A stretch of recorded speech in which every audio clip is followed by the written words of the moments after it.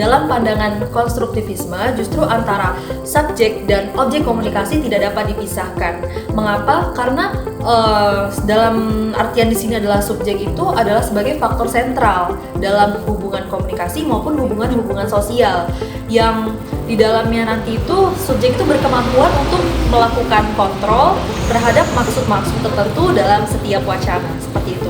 Kemudian untuk perbedaannya sendiri dengan paradigma positivisme adalah positivisme itu adalah pandangan yang terlebih dahulu, yang lebih ada dahulu daripada konstruktivisme. Jadi konstruktivisme ini adalah merupakan kritik. Nah, jadi positivisme ini justru sebaliknya, yaitu antara objek dan subjek itu justru malah harus dipisah. Jadi mereka itu yakin bahwa paham dari paradigma positivisme ini yakin bahwasannya realita itu benar-benar ada, dan antara objek dan subjek yang meneliti itu benar-benar bisa independen, seperti itu.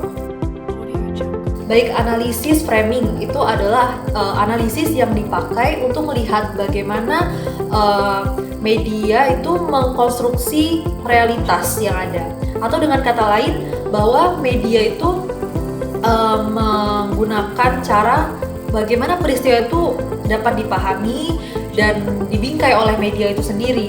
Lalu keterkaitannya dengan analisis framing dengan konstruktivisme itu apa? Konstruktivisme seperti yang saya katakan di awal, bahwa konstruktivisme itu terkait dengan bahwa subjek dan objek itu memang tidak bisa dipisahkan. Saat kita melihat objek yang sama, namun subjek ini dua orang, misalnya ada dua subjek yang melihat satu objek yang sama, itu bisa dengan penafsiran berbeda berdasarkan pengalaman yang memang dimiliki oleh dari masing-masing subjek. Itulah sama-sama dari antara paradigma konstruktivisme dengan analisis framing. Jadi tidak dapat dipisahkan. Di situ pasti akan ada keterkaitan antara hubungan komunikasi dan hal-hal sosial itu akan masuk ke dalam penelitian dari objek itu sendiri. Kemudian contohnya seperti apa? Contohnya adalah seperti saat ini kita sedang menghadapi pandemi COVID-19. Banyak sekali media yang memberitakan tentang COVID-19, sama-sama memberitakan tentang problem, yaitu COVID-19. Tapi ada beberapa media yang mengambilnya dari sisi, misalnya itu adalah problemnya ada COVID-19, kemudian yang diambil tuh ada sisi korban yang jatuh, misalnya ada yang meninggal sekian, yang sembuh sekian.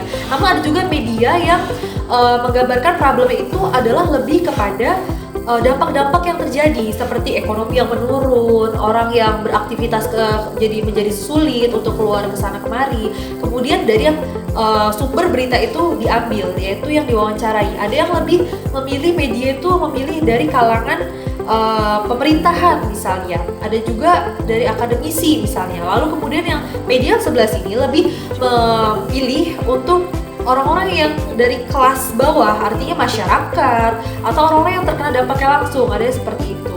Intinya solusinya pun nantinya kan berbeda-beda atau justru malah sama, tapi dari berita itu membingkainya itu adalah membingkai dengan memang berbeda-beda sesuai dengan subjek yang dilihat itu, objeknya satu objek itu, namun bisa menimbulkan hasil yang berbeda seperti itu. Terima kasih.